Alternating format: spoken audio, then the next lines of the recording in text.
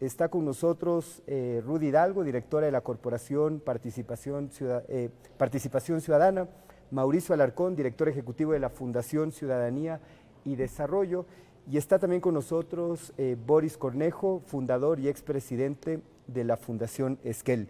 Empiezo contigo, Ruth. Gracias por acompañarnos desde la virtualidad.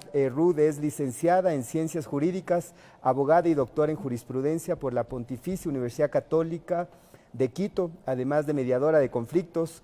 Ostenta un diploma de especialización en Derecho Administrativo, posee diploma de especialización en Derecho de Desarrollo y diploma de Incidencia Política de Organizaciones de la Sociedad Civil. Es autora y coautora de varias publicaciones relacionadas con temas de democracia, gobernabilidad y diálogo político. Actualmente es la decana de la carrera de Ciencias Políticas y Relaciones Internacionales de la UDLA. Bienvenida, Ruth, gracias por acompañarnos, y quisiera tener de ti una primera impresión sobre la situación de la ciudad, ¿no? Desde tu impresión, ¿cómo está la ciudad y cómo miras tú la participación ciudadana en medio de esta situación que parecería ser bastante difícil? Sí, gracias, Wilson. Un saludo fraterno a quienes están acompañándome en el panel y de manera especial a todos estos vecinos y vecinas que, como tú bien mismo dices hace un momento, están permanentemente escuchándonos a través de este medio. Antes de responder a tu pregunta, me gustaría recabar o rescatar esto de vecindad, ¿no? Qué importante es esto, rescatar esta palabrita, pero que tiene tanto sentido comunitario, ser vecino, ser vecina, que muchas veces a mí, yo siento, Wilson, que a ratos hemos perdido este sentido de vecindad. El vecindad, la palabra vecindad no significa únicamente estar uno al lado de otro, vivir en el mismo barrio. La vecindad significa mucho más, significa participar en la vida diaria y cotidiana de nuestro barrio, preocuparnos por lo que le pasa a la persona que vive cerca, ver qué pasa con nuestra niñez, ver qué pasa con la gente, con los animalitos o con las calles, con el estado de las calles y inclusive a veces de belleza escénica de nuestra comunidad. Entonces me encanta esto que utilices estas palabras, porque creo yo que hoy más que nunca hay que rescatarlas, sobre todo en el contexto de lo que tú mencionas y de lo que vamos a comentar el día de hoy. Pasando al tema de Quito, bueno, yo creo que Quito está pasando un momento bastante complejo, Wilson. Creo que está pasando una etapa difícil. Me parece que, sobre todo con respecto a gestión, no quisiera, si es posible, hablar acerca del tema político, que es mucho más abstracto, pero sí me gustaría hablar más de los temas ya puntuales, que son los temas de obras, que es lo que es importante, que lo que interesa a la ciudadanía y que nos preocupa. Yo creo que Quito tiene unos grandes desafíos y unos grandes problemas. Desde mi punto de vista, el tema de seguridad, creo yo que se está volviendo insostenible. Es terrible y terrorífico ver cada vez en las cámaras, ¿no es cierto?, de los barrios, de todos los barrios, norte, sur, centro, etcétera, cómo la delincuencia está campantemente haciendo de las suyas. Y creo que eso cada vez se está fortaleciendo mucho más de forma negativa.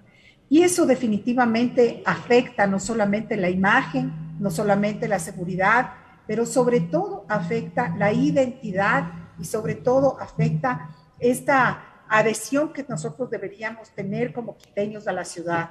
Porque lo que sucede es que la ciudadanía empieza a tener miedo de salir a los espacios tan bonitos que tiene Quito. El centro histórico es un espacio icónico que es tan llamativo. Por ejemplo, los fines de semana a mí me gusta mucho ir al centro, por más que he ido años tras año y una y otra vez, siempre le encuentro alguna novedad, pero ahora yo inclusive me confieso que caminar por las calles de Quito me da un poco de recelo porque he podido inclusive presenciar actos vandálicos. Entonces yo creo que la seguridad es un tema importante.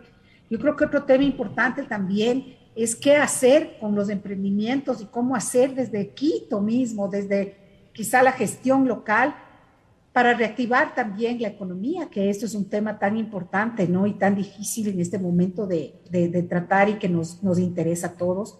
Y también, por supuesto, los temas, por ejemplo, del metro. A mí me preocupa un montón. Tenemos un metro que tenía que haber sido inaugurado ya este año, hace unos meses, por pandemia, por cualquier razón no se lo ha hecho y está ahí arrumado a una obra que costó tanto trabajo y que de alguna manera podría significar un aporte, un avance, un progreso y sobre todo ayudar a la ciudadanía para que se movilice de mejor manera. Pero conjuntamente con el metro hay otros temas que hay que solucionar y que yo veo que tampoco se han planteado, y es esto de los alimentadores, esta nueva propuesta de que si se hace trole o no se hace trole más allá de donde termina el metro, después como es después de la zona ex del aeropuerto, ¿no es cierto?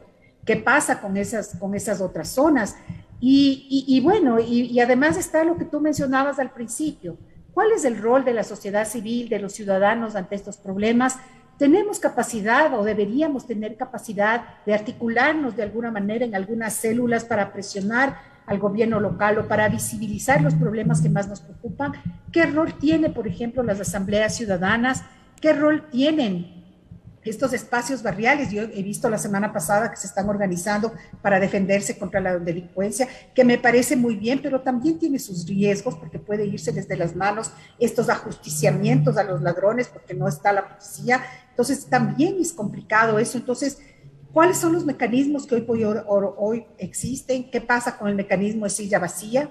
¿Es posible que nos articulemos los ciudadanos y empecemos a exigir un puesto en el Consejo para ser escuchados sobre los grandes problemas? Es decir, sobre el tapete, mi estimado Wilson, hay muchas cosas, pero yo creo que estos espacios como el que tú estás organizando el día de hoy son vitales para poder transmitir a la ciudadanía este mensaje positivo, sí, sobre la base de problemas, pero positivo en el sentido de que hay las cartas y la mesa puesta como para que la ciudadanía pueda intervenir, Wilson. Esa es mi apreciación.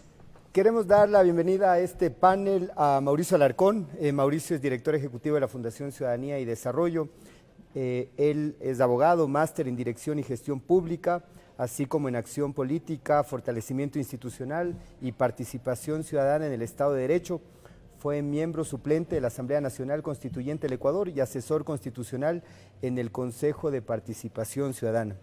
Por sobre todas las cosas, Mauricio es una persona muy coherente, pragmática y que dice las cosas como son, ¿no? No a todo el mundo le gusta, pero las dice.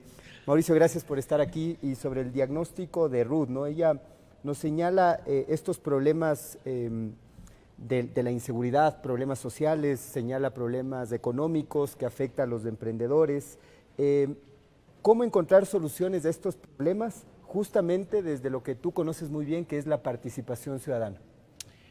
Wilson, buen día, un gusto compartir este espacio con Ruth, con Boris, colegas que desde hace varios años trabajamos a favor de la ciudadanía, de la participación ciudadana, de la transparencia, de la integridad. Lo principal, quizá el punto de partida, es comprender que en las circunstancias actuales poco o nada podemos esperar de los políticos.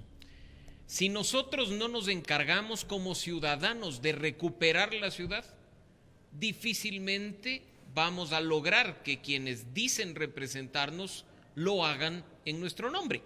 En especial en una situación coyuntural en que la política polariza, incluso para acceder, en este caso, a la alcaldía de Quito, cuando tenemos autoridades, no solo a nivel local, sino a nivel nacional, investigadas por la justicia, investigadas por los periodistas, por la ciudadanía y la sociedad civil, y con fuertes críticas, con fuertes dudas en cuanto a su integridad y con fuertes cuestionamientos a su gestión pública como autoridades y representantes.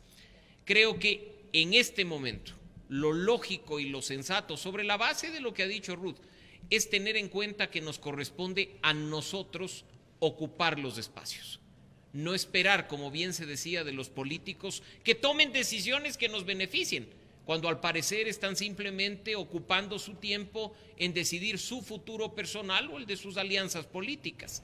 Somos nosotros quienes tenemos que ocupar esos espacios, como ya se ha dicho, la silla vacía, los cabildos ciudadanos, las asambleas locales, todas esas herramientas que están en la Constitución y que están en la ley y que no dependen de un político para activarse, para existir o para abrir espacios que nosotros debamos ocupar. Mientras eso no esté interiorizado en nosotros, difícilmente vamos a obtener un buen resultado. Y claro, ustedes dirán, pero si son los políticos los que toman las decisiones, son ellos los que no han permitido que el metro esté en marcha, son ellos los que no han permitido que la crisis política al interior del Consejo Metropolitano de Quito se solucione. Pero también hay que preguntarnos qué estamos haciendo nosotros. Si basta con enviar un mensaje a través de las redes sociales manifestando nuestra indignación, o si es necesario dar un paso adelante y empezar a decir las cosas como son y empezar a actuar sobre todas las cosas sin esperar que sea nuestra opinión transmitida a través de las redes sociales la que genere un impacto, sino que activemos herramientas, que activemos mecanismos que están disponibles para lograr un cambio real. Creo que en nuestras manos está, en buena medida, activar esos sectores incluso que económicamente se encuentran deprimidos. ¿Cómo? Exigiendo a las autoridades acciones. Ellos están perdiendo el tiempo en otras cosas. Mientras tanto, la inseguridad campea no solo en nuestra ciudad, en el país entero. No hay condiciones económicas para iniciar. Queremos que la gente emprenda. ¿Con qué condiciones?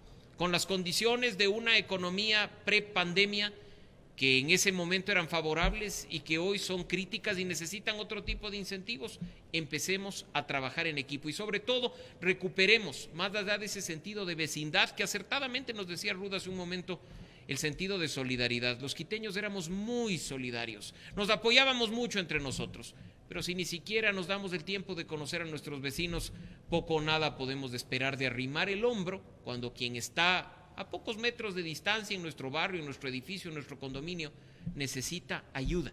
Creo que hay que recuperar también ese sentido de quiteñidad que durante tanto tiempo nos caracterizó y por supuesto empezaremos a ver los resultados dentro de poco.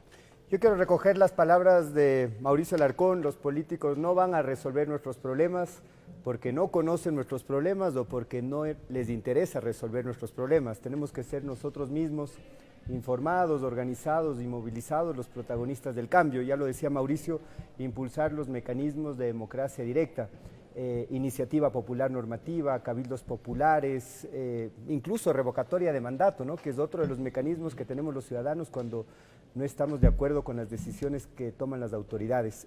Quiero agradecer la presencia hoy de Boris Cornejo, fundador y expresidente de la Fundación Esquel, economista por la Universidad Central de Quito, tiene además un masterado en Filosofía del Desarrollo por la Universidad de Cambridge, trabaja en temas de democracia en el Ecuador con más de 750 proyectos ejecutados, de entre ellos el Foro de la Ciudadanía y el Foro de Justicia y Sociedad. Boris para muchos de nosotros ha sido la luz, ¿no? Creo que él es una institucionalidad de participación ciudadana y quienes pues vamos queriendo participar vemos en él esa referencia, ¿no? Esa referencia moral. Gracias, Boris, por estar aquí, gracias por todo el trabajo que siempre has hecho, ¿no?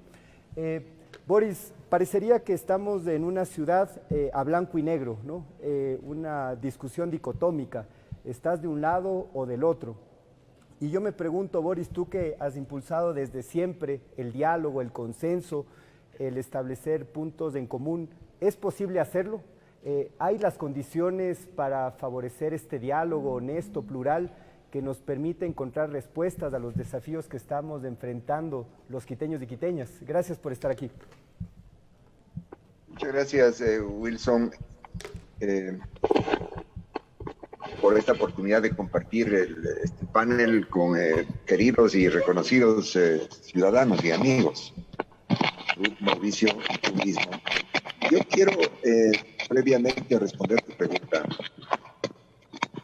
Decirles a los quiteños y quiteñas que la ciudad está enfrentando un problema serio. Tenemos un problema que no es transitorio, es un problema que cada vez se agudiza más y que ya nos afecta a todos por igual. Ya no es un problema de un sector, de un grupo, es un problema de toda la ciudad. Y lo más grave de todo es que los responsables del problema en buena medida son los que se supone deberían resolver. Tenemos temas de desempleo, tenemos temas de crisis sanitaria, temas de infraestructura, de seguridad, etcétera, pero el tema mayor es la crisis de liderazgo. Este es un barco a la deriva en la mitad de una tormenta de vientos huracanados, en que no está el piloto de la nave, no está el capitán, y además debe resolver serios problemas frente a su vida, frente a su conducta, frente a la justicia. Y entonces, ¿quién está a cargo de salir adelante de esta tormenta? Y es que el liderazgo no existe o está cuestionado. Y entonces, eso me lleva a mí a la segunda reflexión, que tiene mucho que ver con lo que ustedes, y tú especialmente, Wilson, han dicho, ¿no es cierto? Es el tema de la gente común y corriente, esta categoría de ciudadanos. Pero yo no me quiero referir solamente a la ciudadanía política, me quiero referir a la ciudadanía social, el vecino, la vecina, el amigo, el compadre, el que juega, hace deporte con uno en el parque. Es decir, la gente común y corriente que vive en Quito.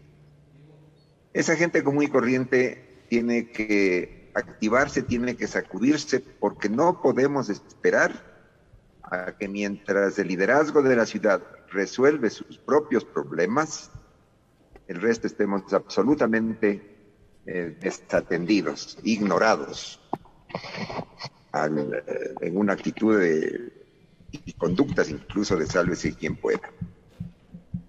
Pero para eso nosotros tenemos algunas herramientas democráticas, porque lo que estoy convencido es que esto hay que hacerlo con democracia. La democracia hoy día está a punto de ser fallida, al igual que el Estado, y nos corresponde a los ciudadanos, a la gente que vivimos en esta ciudad, en este país, de ver cómo es que salvamos esta sociedad como sociedad, ¿no es cierto? Porque no solamente es un tema de Estado, de política, esta sociedad es una trayectoria, es una historia, es una cultura, son nuestras formas de ser, todo eso está en juego, y por lo tanto tenemos que hacer algo para resolver aquello. Y entonces yo me voy a olvidar por medio minuto de los derechos y de las instituciones, sin ignorarlas, me voy a olvidar medio minuto, pero lo que sí quiero llamar la atención es sobre la necesidad de activar los deberes ciudadanos. Los deberes es el otro lado de la medalla de los derechos. Atrás de cada derecho hay un deber. Entonces, ¿cuál es el deber nuestro ahora como ciudadanos? Es el de activarnos, es el de salir, es el de hacer, pensar, proponer lo que esté a nuestro alcance, porque si no lo hacemos, nadie nos va a ayudar. Ese es el tamaño de la crisis, es el tamaño de la gravedad que tiene el Quito especialmente y el Ecuador en general. Dentro de esos deberes ciudadanos, ¿no es cierto? Entonces tenemos que ver qué están haciendo los jóvenes para cuidar al parque, qué están haciendo los vecinos para ayudarse mutuamente y resolver las múltiples circunstancias que se viven en la cotidianidad. ¿Cómo hacemos para multiplicar por 500 el ejemplo de las gradas de Ponciano o los modelos de seguridad en La Tola o en tantas cosas que existen en el país? Ese es un tema de la gente que está haciendo cosas para enfrentar la crisis. Está diciendo, aquí estamos, aquí proponemos, estamos dispuestos a luchar por lo que somos, por lo que tenemos, por lo que podemos. Sin dejar de lado el tema de la presión permanente para que si es que los corruptos son descubiertos como corruptos se vayan a la cárcel. Y si las autoridades que no hacen su trabajo que salgan. Entonces, pero es un tema también de cómo nos movemos en el día a día del horario del colegio y cómo también a través de las organizaciones nos movemos en el tema de las instituciones, en el tema de la democracia. Llego con esto como antecedente para responder tu pregunta. Yo soy de los optimistas.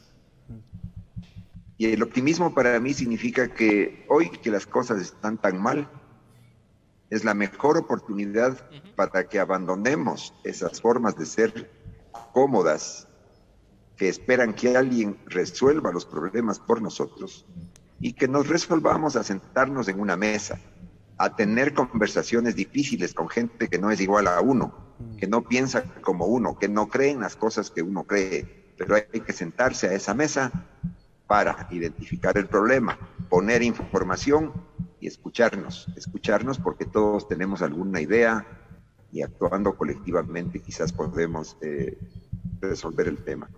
Solamente una cosa que me gustaría, si es que hay alguna segunda oportunidad, contarles, es que desde Esquel y con la participación de centenares de organizaciones en el Ecuador, estamos moviendo un tema que se llama Diálogo Nacional, un pacto social por el Ecuador.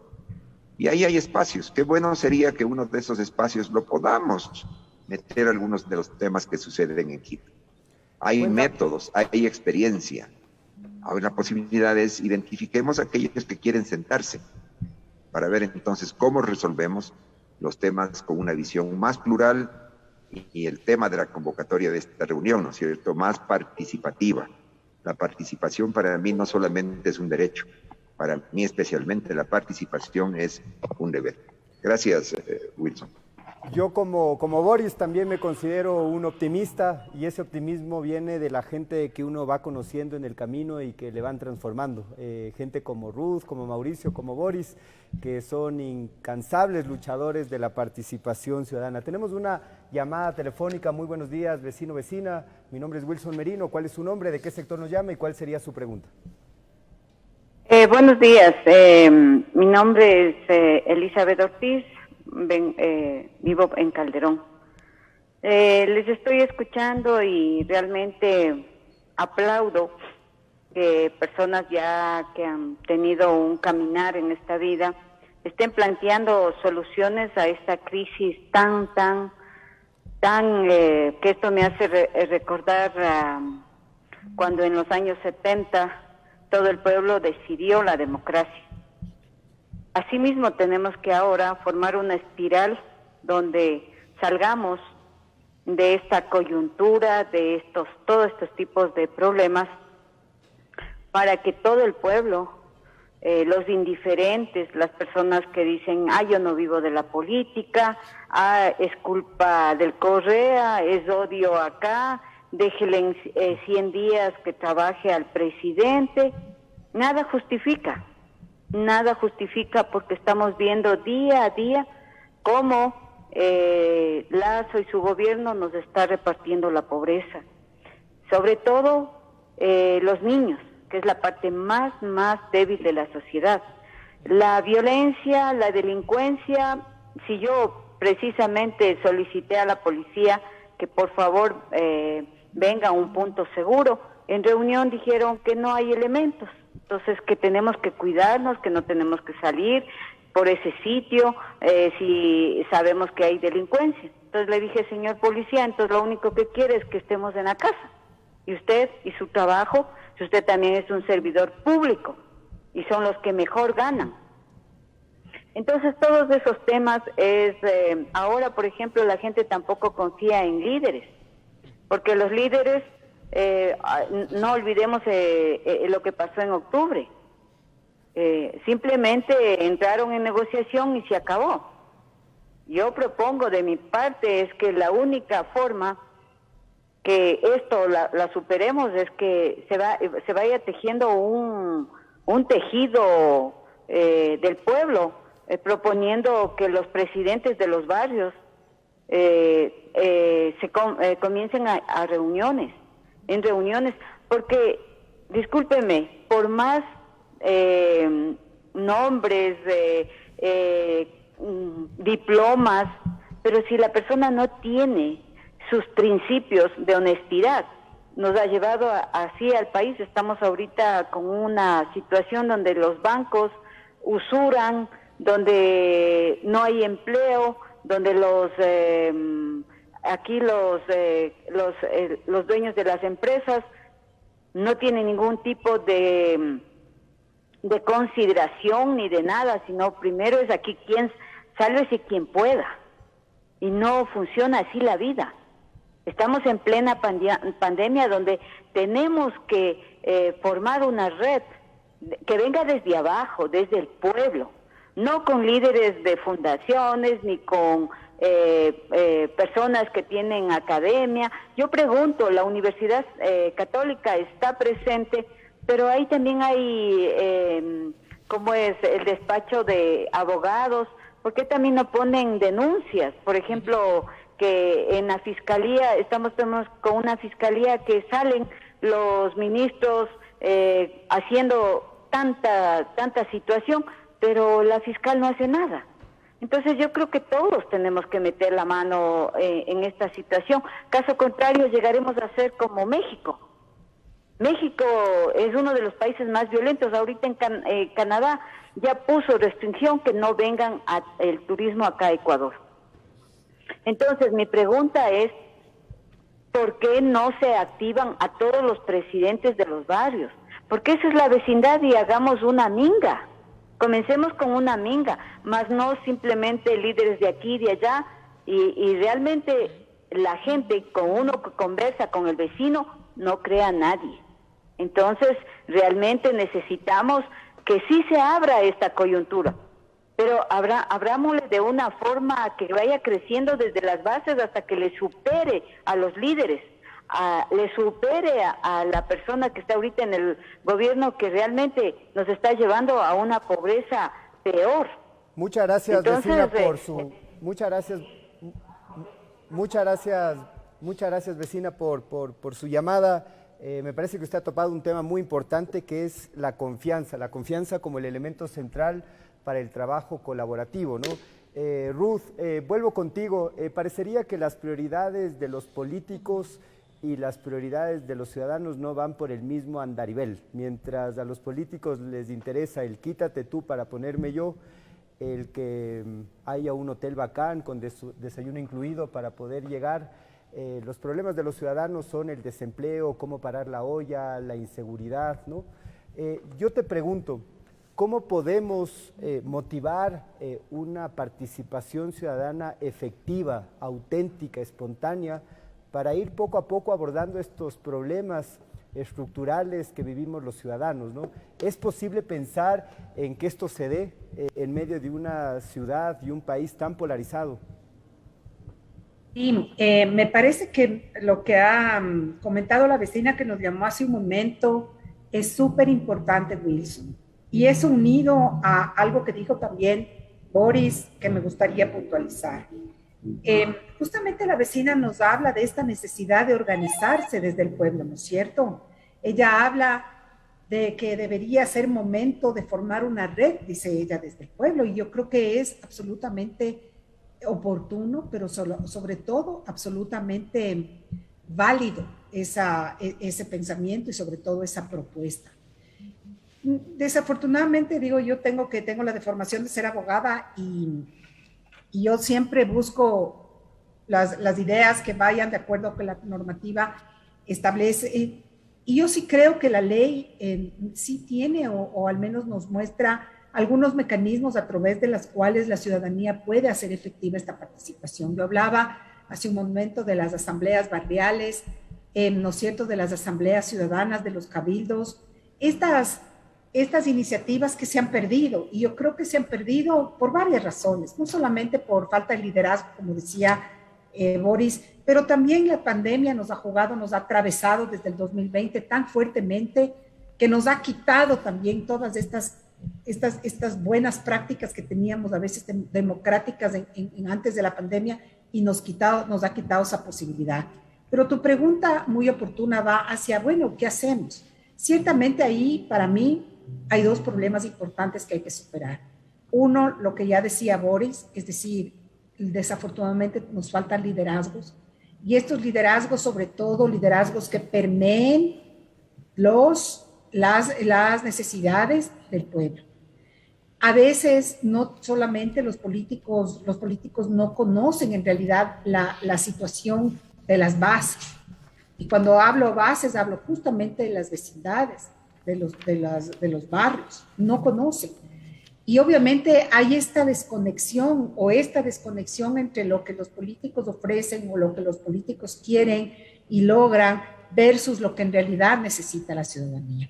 Y allí me parece a mí que hay una oportunidad, como mencionaba Boris, de generar esos espacios, porque otro es decir, bueno, sí, hay esta dicotomía y esta polarización, los políticos son esto y la población es esta, y entonces no hay una solución. Yo creo que sí hay, y la solución justamente va por la vía de utilizar los mecanismos que están en la ley, pero también los mecanismos que para mí hay un mecanismo que es súper importante, que quizá no está normado así como tal, pero que es mucho más valioso y poderoso, que es la organización social.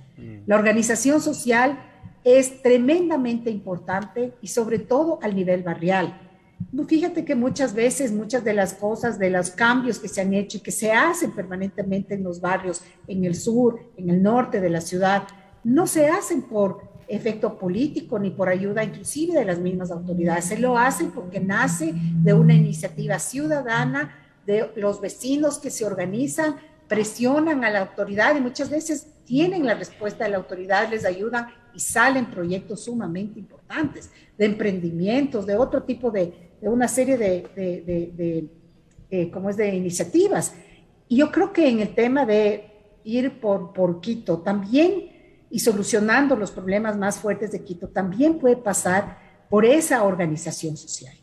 Esa organización que es tan valiosa y que yo creo que hoy es momento, ya que estamos un poquito saliendo de alguna forma de la pandemia, es momento de reactivarse, hacer presión a la ciudadanía, a las autoridades, organizarse desde los barrios, desde la barriada y dar a conocer a todos, no solamente a las autoridades, a todos los demás que son capaces de, articulando estos mecanismos de participación ciudadana, no solo visibilizar los problemas, sino presentar sobre todo opciones de solución oportunas y también, ¿por qué no?, iniciar un proceso de canalización, de comunicación.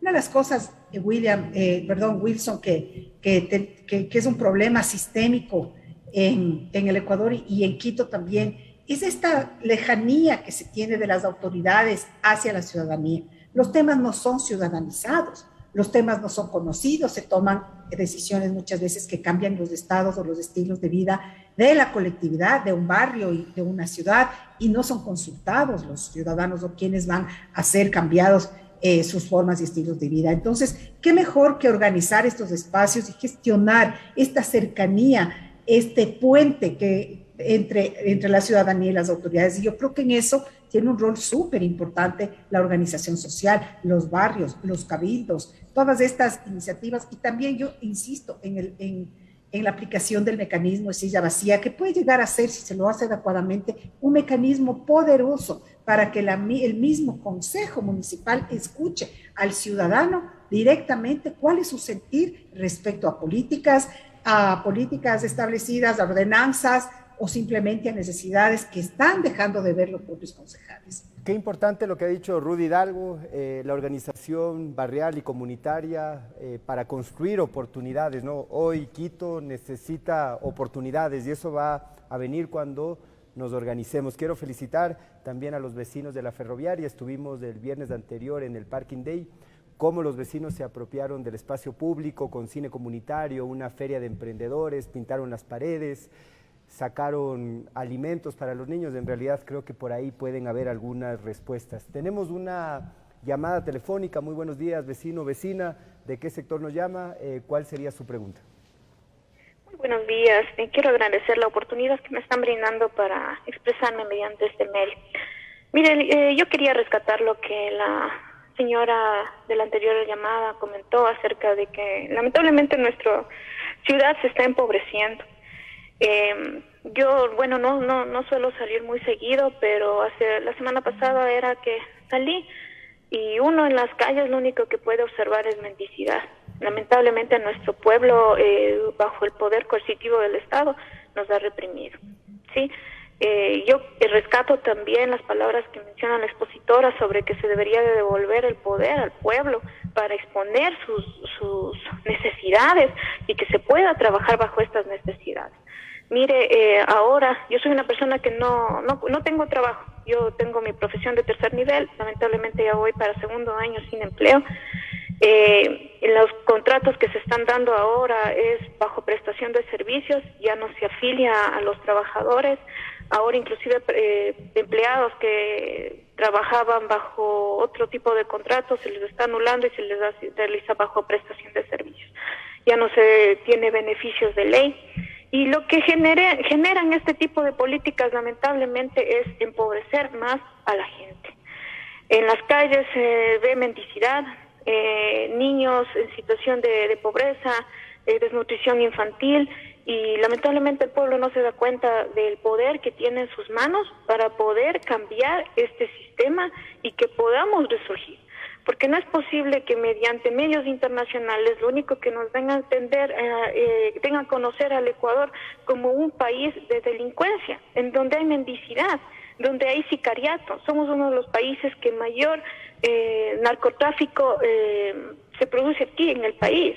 Entonces, falta participación del pueblo, y por medio de los medios de comunicación, y que gracias a ustedes nos dan la apertura, sería muy bueno, excelente que la gente pueda tomar decisiones, sí, y dárselas a conocer al gobierno. No podemos permitir que se nos siga vulnerando nuestros derechos. No podemos permitir que seguir viviendo en una ciudad en las cuales no podemos circular porque nos asaltan, nos roban.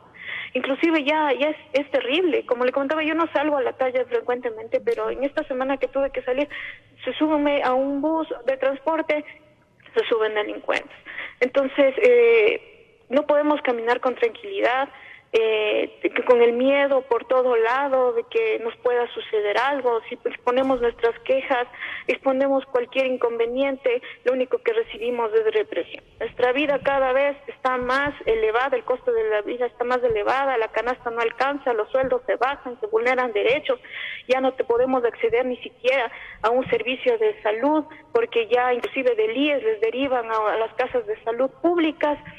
Imagínense acá trabajos en los cuales les pagan el diario, y si uno exige que le cancelen el valor que es, y que uno por derecho, por ser un empleado, porque estoy laborando, necesito que me cancelen, no se me paga. Entonces es imposible ya vivir en este país. Lamentablemente y tristemente es así. Ya no podemos vivir ya con paz, con tranquilidad, sabiendo que tal vez si yo pongo una denuncia se va a respetar mi derecho, y no es así. Nuestra gente se ha vuelto muy cómoda y tristemente es lo que se está viviendo. Pensamos que se nos está haciendo un favor, tal vez al ejercer un empleo y que se nos pague uno. Esa es mi opinión, y les agradezco mucho por la... Muchas gracias a usted, vecina, por compartir su testimonio con nosotros, ¿no? Un testimonio desgarrador, pero que no está alejado de la realidad, Mauricio. En el país existe el reconocimiento a la participación ciudadana en la Constitución, existe una institucionalidad de participación ciudadana que está ahí, el Consejo de Participación Ciudadana y Control Social, existe incluso la ley de participación ciudadana, ¿no? Lo que no hay, y corrígeme si es que crees que estoy equivocado, es participación ciudadana. O parecería que la participación ciudadana hoy por hoy es incipiente, ¿no? Y no hay un nivel de organización de los vecinos y vecinas para poder proponer acciones de cara a los grandes desafíos. ¿Cómo avanzar? Y de nuevo, Wilson, creo que a veces la gente no toma bien, o no tomamos bien, hablar de nuestra responsabilidad. Decir que es culpa nuestra muchas veces es mal visto por nosotros mismos, y preferimos echarle la culpa a otra persona. En la Constitución, más allá de los temas que tú mencionas, se habla claramente de cómo se concibe la democracia. Una democracia representativa que pasa por todos nosotros, ir cada 2 o cada 4 años a elegir representantes mediante nuestro voto, y una democracia participativa, que no es otra cosa que ocupar espacios entre elección y elección. Si como ciudadanos no hemos comprendido que para tener viva la democracia tenemos que activar las dos aristas, estamos condenados a vivir lo que vivimos. De nuevo, dejar todo en manos de los actores políticos. Eso es la democracia representativa. Pero si tú te pones a ver la otra pata, la que nos corresponde es la que tambalea. Tú has mencionado bien, si nosotros no empezamos a organizarnos, si con una ley que tiene herramientas de participación ciudadana no la activamos y no de manera real no de manera ficticia, empezamos a ocupar lo que nos corresponde y a sentirnos ciudadanos, pasaremos a vivir una situación más de esta espiral sin fin en la que todo depende de los políticos. Políticos que, como hemos visto, creo que ustedes, quienes nos están siguiendo a través de la señal digital y de la radio, habrán visto también, están más preocupados de sus asuntos personales que de lo que ocurre en su barrio. Una cifra de delincuencia es para ellos una cifra y nada más, porque no se ve acciones. Y creo que hay un elemento que es fundamental que no se ha topado: la normalización de la corrupción. Porque si usted no está recibiendo servicios públicos, más allá de si hay o no desvío de fondos, es porque hay corrupción. Porque la corrupción es un abuso de poder para beneficio propio. Porque la corrupción es cuando pones a un funcionario no preparado a ocupar un cargo, que sin competencias, sin conocimientos, sin experiencias, pretende hacer las cosas y estanca la gestión pública.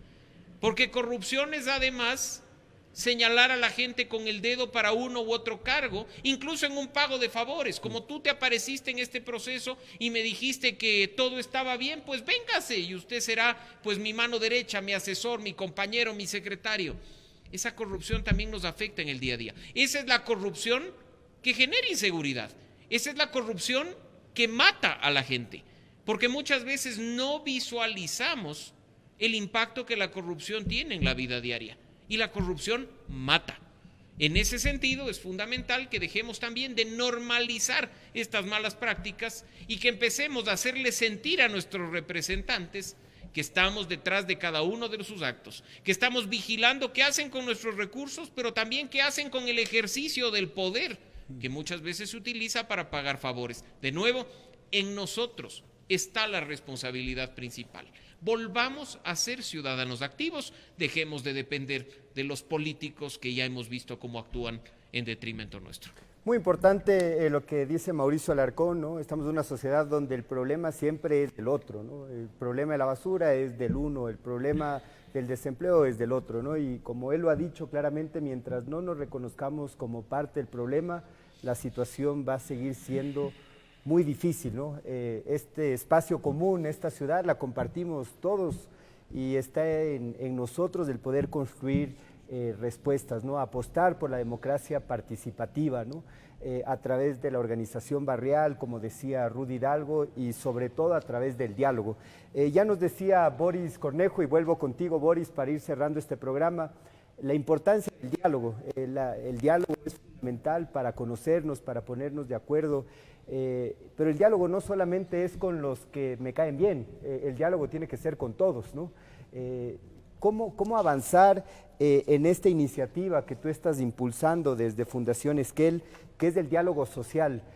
Cuéntanos un poquito más sobre esta iniciativa y cómo generar confianza para que los diferentes actores decidan sentarse en la mesa y comenzar a dialogar para encontrar puntos en común. Bueno, creo que... Sí, mira, el desafío enorme es tener las ganas y la disposición de ir a tener una conversación difícil con gente que no son nuestros panas necesariamente, pero que sí tenemos un problema en común. Y ese problema en común tiene que obligarme a sacar lo mejor de mí, mi generosidad, mi inteligencia, mis posibilidades, mi información, lo que fuese, porque el problema no es mío, el problema es del vecino, del otro vecino y también, por ende, mío. ¿Qué es lo que estamos nosotros proponiendo? Sentarnos a ese espacio de diálogo para generar propuestas y sentarnos desde la diversidad de los actores. Voy a comentarte que hemos elegido 6 temas, que estamos trabajando en esos temas, tanto a nivel de Quito como a nivel nacional, y que son clarísimos para entender de la gente, ¿no es cierto? Un primer tema que es fundamental es el tema de la desnutrición crónica infantil. Ese es un tema que está en la ciudad de Quito, pero está sobre todo en los territorios donde la mayoría de la población es indígena.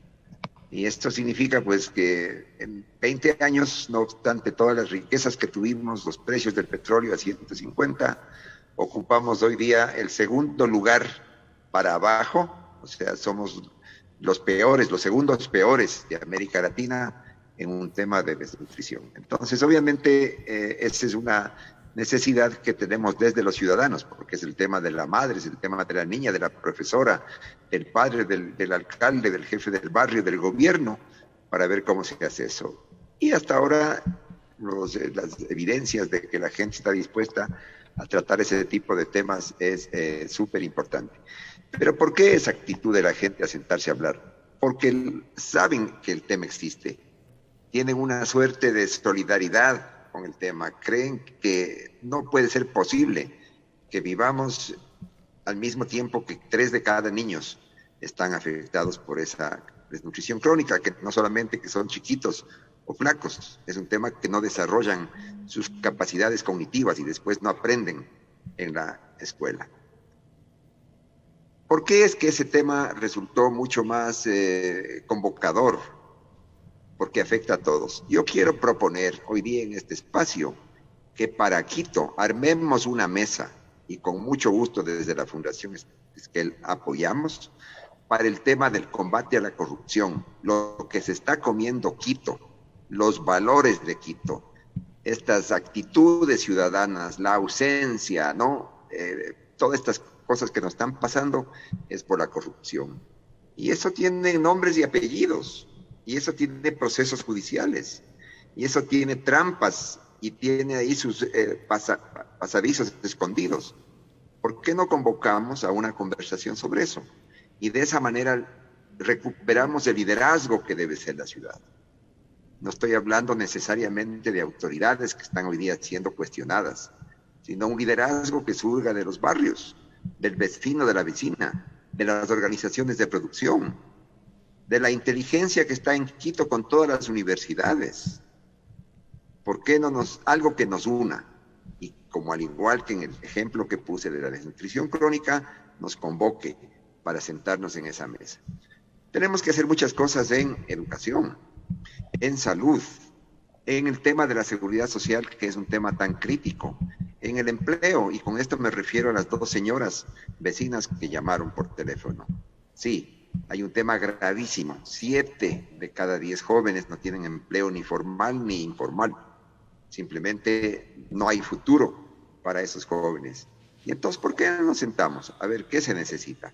¿O vamos a dejar que siga la pelea en la asamblea, en donde se están resolviendo los problemas propios de ellos mismos, sus conflictos políticos con el gobierno, pero qué se ha resuelto en términos de darle un empleo a un joven que puso su vida, digamos, ¿no? Él, sus padres, para que se eduque, adquiera un oficio, y que hoy no tiene ninguna oportunidad? Ese es un tema que hay que conversar. No es un tema que hay que salir a reclamar el derecho al trabajo. Sí, está bien, el derecho existe. ¿Cómo hacemos posible que ese derecho sea real para 7 de cada 10 jóvenes en Quito que no tienen esa posibilidad? Estimado Boris, te voy a interrumpir porque lastimosamente se nos acabó el tiempo en la radio. Me quedo con lo de fondo, impulsar un diálogo amplio, convocante entre los diferentes actores, no solamente con los panas, sino con todos y con todas, para avanzar en la recomposición de este tejido social que nos permita sanar anímicamente a la ciudad, alimentar sobre todo a estos niños y niñas que están experimentando desnutrición crónica infantil, y para producir más y mejor y generar oportunidades en la vida de los jóvenes, ¿no? Que tienen que ser el motor del cambio que queremos ver en la ciudad. Quiero agradecer a Rudy Hidalgo, a Mauricio Alarcón y a Boris Cornejo por este espacio.